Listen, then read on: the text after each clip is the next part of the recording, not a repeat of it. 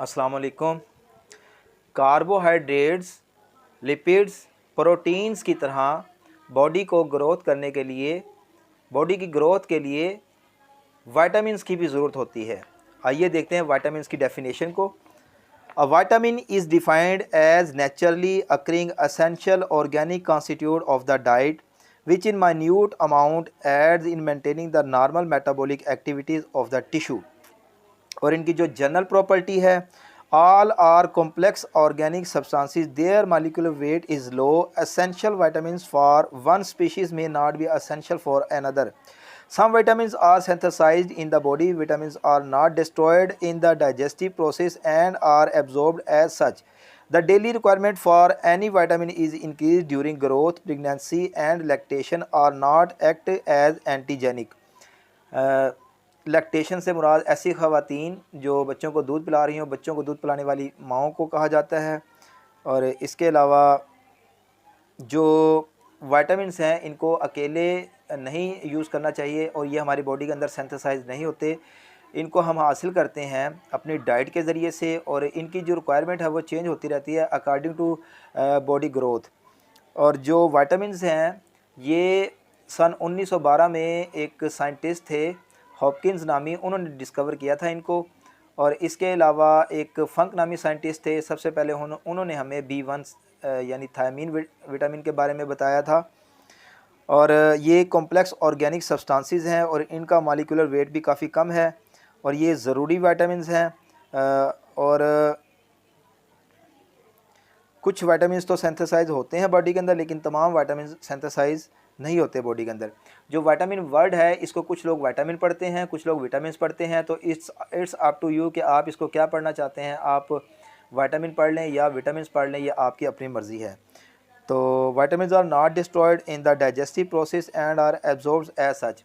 अगर हम without meal intake करें विटामिन्स को तो ये डाइजेस्ट नहीं होते, बल्कि ये अकामुलेट हो जाते हैं और जो कि डिज़ीज़ काज कर सकते हैं। तो जब भी अगर विटामिन्स लेने की ज़रूरत महसूस हो रिकमेंडेशन पे डॉक्टर की, तो इसको मील के साथ ही लेना चाहिए। इसको विदाउट मील कभी भी यूज़ नहीं करना चाहिए, ये आपके लिए प्रॉब्लम क्रिएट कर सकते हैं।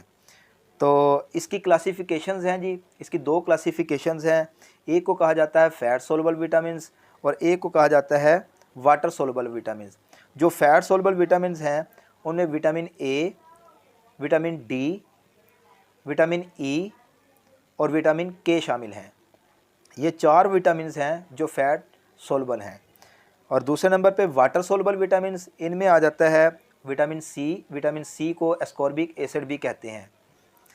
और विटामिन बी कॉम्प्लेक्स, आगे जो विटामिन बी कॉम्प्लेक्स है ये फर्दर डिवाइडेड है on the basis of heat stability. जो विटामिन्स हैं ये दो तरह के हो सकते हैं। एक हीट स्टेबल हो सकते हैं जिनको कहा जाता है थर्मोस्टेबल विटामिन्स, और एक हैं थर्मोलिबाइल विटामिन्स। थर्मोलिबाइल विटामिन्स को पहले देखेंगे। थर्मोलिबाइल विटामिन्स वो विटामिन्स हैं जो कि हीट से अफेक्टेड होते हैं। इनमें आ जाता है सबसे पहले थायामीन। थायामीन का दूसरा नाम विटामिन B1 भी है। और दूसरे नंबर पे आ जाता है एंटीथेटिक एसिड, इसको विटामिन B3 भी कहते हैं। अब हम जानेंगे थर्मोस्टेबल विटामिन्स के बारे में। पहले हमने थर्मोलिबाइल विटामिन्स के बारे में जाना, अब हम जान रहे हैं थर्मोस्टेबल विटामिन्स के बारे में। Thermostable vitamins unaffected by heat, इनको हीट जो है ना वो डिस्टर्ब नहीं करती। तो ये कौन से हैं जी? ये हैं रिबोफ्लेविन, इसका दूसरा नाम विटामिन B2 है। और पायरिडोक्सिन, विटामिन B6 भी कहा जाता है इसे। नियासिन, इसका दूसरा नाम नियासिनामाइड है। उसके अलावा biotin, folic acid, cobalamin, cobalamin का दूसरा नाम विटामिन B12 है। फिर आ जाता है choline, inositol, para amino benzoic acid जिसको पाबा भी कहा जाता है, और लिपोइक एसिड। तो ये जो विटामिन्स हैं ये थर्मोस्टेबल विटामिन्स हैं। आज हमने जाना है विटामिन्स की डेफिनेशन के बारे में, विटामिन्स की क्लासिफिकेशन के बारे में, और थर्मोलिबाइल विटामिन्स और थर्मोस्टेबल विटामिन्स के बारे में।